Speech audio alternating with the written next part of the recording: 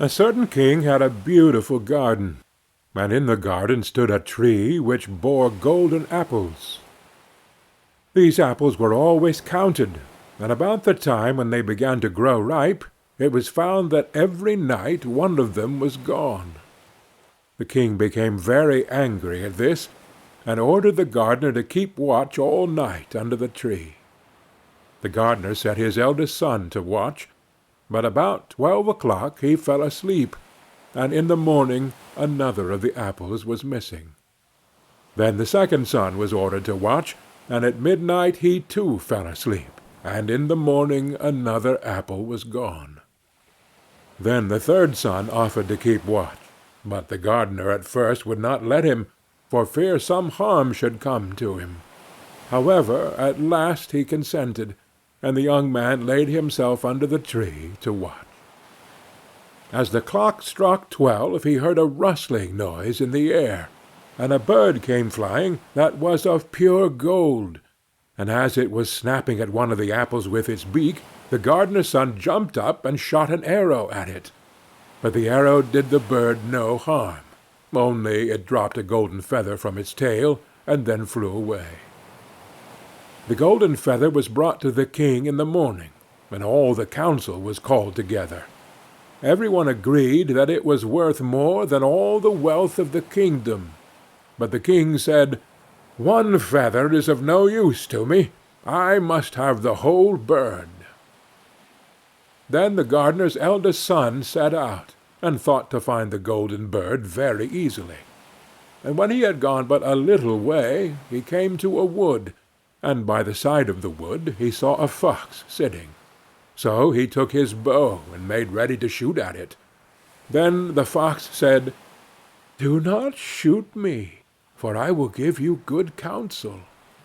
I know what your business is, and that you want to find the golden bird. You will reach a village in the evening, and when you get there you will see two inns opposite to each other, one of which is very pleasant and beautiful to look at.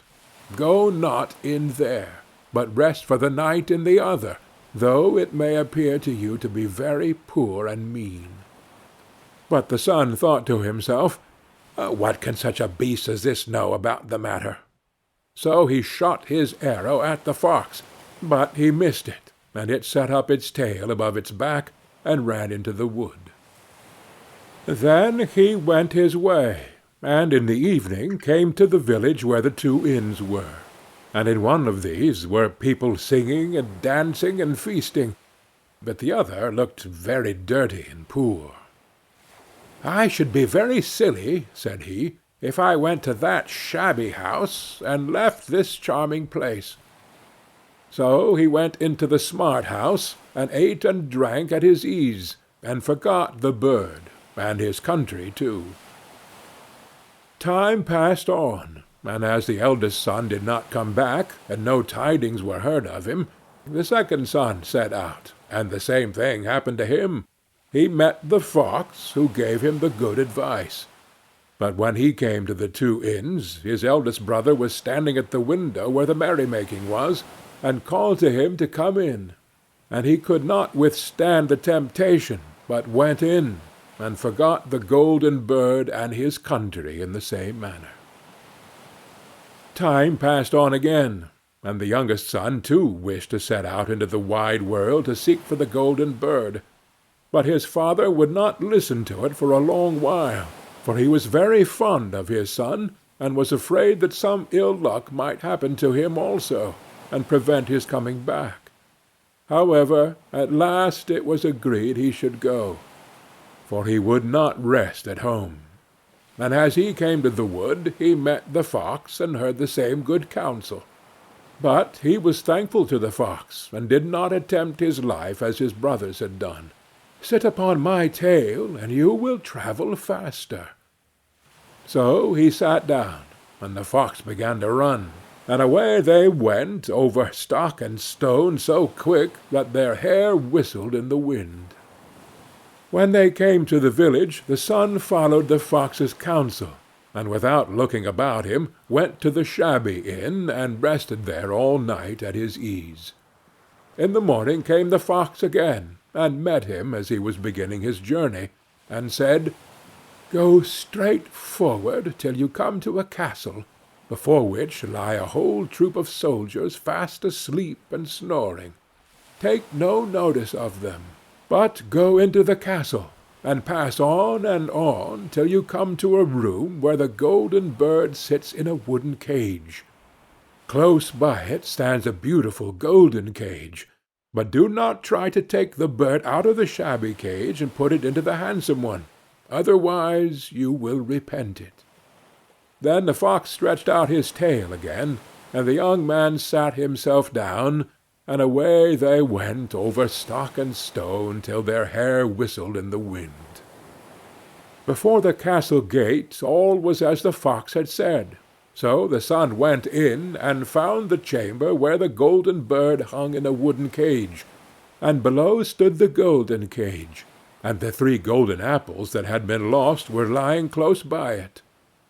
Then thought he to himself, "It will be a very droll thing to bring away such a fine bird in this shabby cage." So he opened the door and took hold of it, and put it into the golden cage. But the bird set up such a loud scream that all the soldiers awoke, and they took him prisoner and carried him before the king. The next morning the court sat to judge him, and when all was heard, it sentenced him to die, unless he should bring the king the golden horse which could run as swiftly as the wind, and if he did this, he was to have the golden bird given him for his own. So he set out once more on his journey, sighing and in great despair, when on a sudden his friend the fox met him, and said, "You see now what has happened on account of your not listening to my counsel. I will still, however, tell you how to find the golden horse, if you will do as I bid you. You must go straight on till you come to the castle where the horse stands in his stall. By his side will lie the groom, fast asleep and snoring. Take away the horse quietly, but be sure to put on the old leathern saddle upon him, and not the golden one that is close by it." Then the son sat down on the fox's tail, and away they went over stock and stone till their hair whistled in the wind. All went right, and the groom lay snoring with his hand upon the golden saddle. But when the son looked at the horse, he thought it a great pity to put the leathern saddle upon it. "I will give him the good one," said he. "I am sure he deserves it." As he took up the golden saddle, the groom awoke, and cried out so loud that all the guards ran in and took him prisoner, and in the morning he was again brought before the court to be judged, and was sentenced to die. But it was agreed that if he could bring thither the beautiful princess he should live, and have the bird and the horse given him for his own. Then he went his way, very sorrowful, but the old fox came and said, "Why did you not listen to me? If you had, you would have carried away both the bird and the horse. Yet will I once more give you counsel. Go straight on, and in the evening you will arrive at a castle. At 12 o'clock at night the princess goes to the bathing-house. Go up to her and give her a kiss, and she will let you lead her away. But take care you do not suffer her to go and take leave of her father and mother." Then the fox stretched out his tail, and so away they went over stock and stone, till their hair whistled again. As they came to the castle, all was as the fox had said, and at 12 o'clock the young man met the princess going to the bath, and gave her a kiss, and she agreed to run away with him, but begged with many tears that he would let her take leave of her father. At first he refused, but she wept still more and more, and fell at his feet, till at last he consented. But the moment she came to her father's house, the guards awoke, and he was taken prisoner again. Then he was brought before the king, and the king said, "You shall never have my daughter unless in 8 days you dig away the hill that stops the view from my window." Now this hill was so big that the whole world could not take it away, and when he had worked for 7 days and done very little, the fox came and said, "Lie down and go to sleep. I will work for you." And in the morning he awoke, and the hill was gone. So he went merrily to the king, and told him that now that it was removed, he must give him the princess. Then the king was obliged to keep his word, and away went the young man and the princess. The fox came and said to him, "We will have all 3, the princess, the horse, and the bird." "Ah," said the young man, "that would be a great thing, but how can you contrive it?" "If you will only listen," said the fox, "it can be done. When you come to the king, and he asks for the beautiful princess, you must say, 'Here she is.' Then he will be very joyful, and you will mount the golden horse that they are to give you, and put out your hand to take leave of them.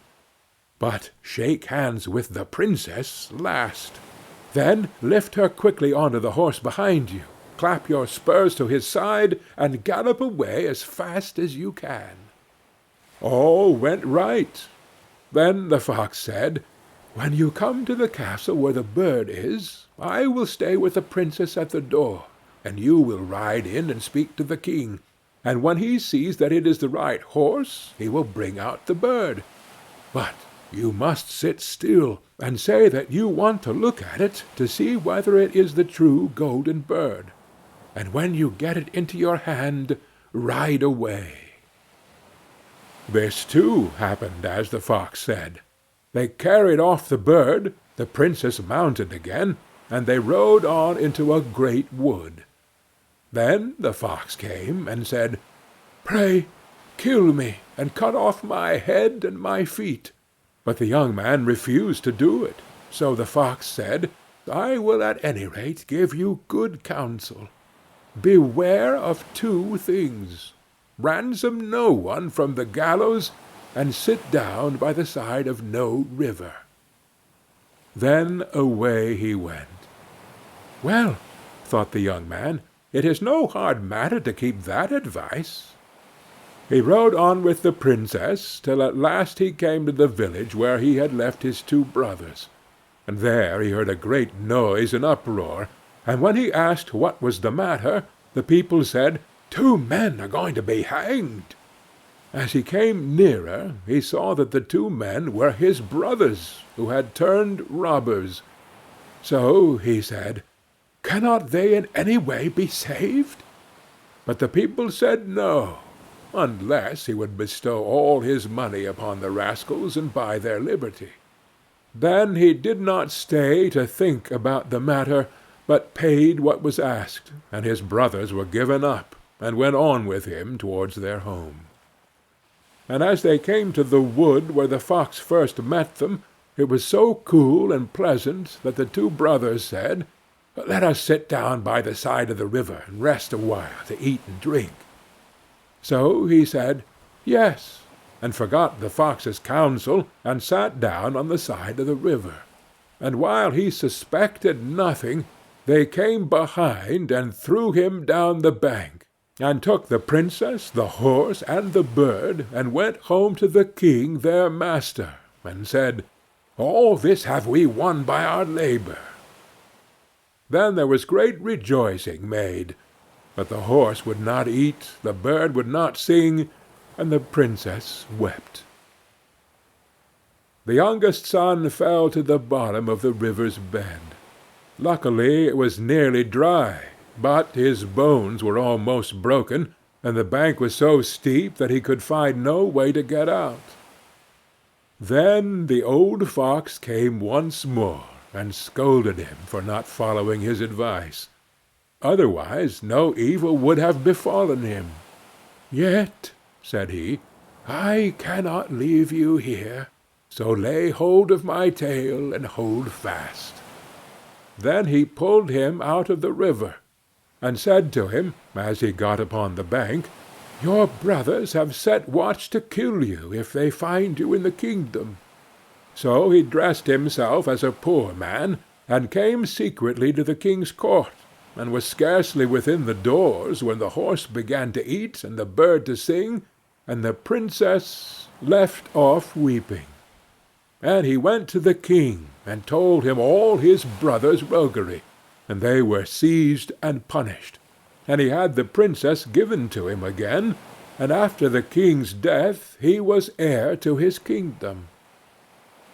A long while after he went to walk one day in the wood, and the old fox met him, and besought him with tears in his eyes to kill him, and cut off his head and feet.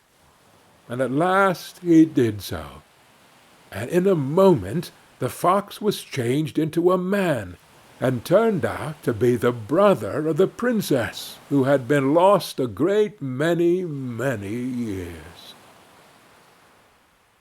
End of The Golden Bird.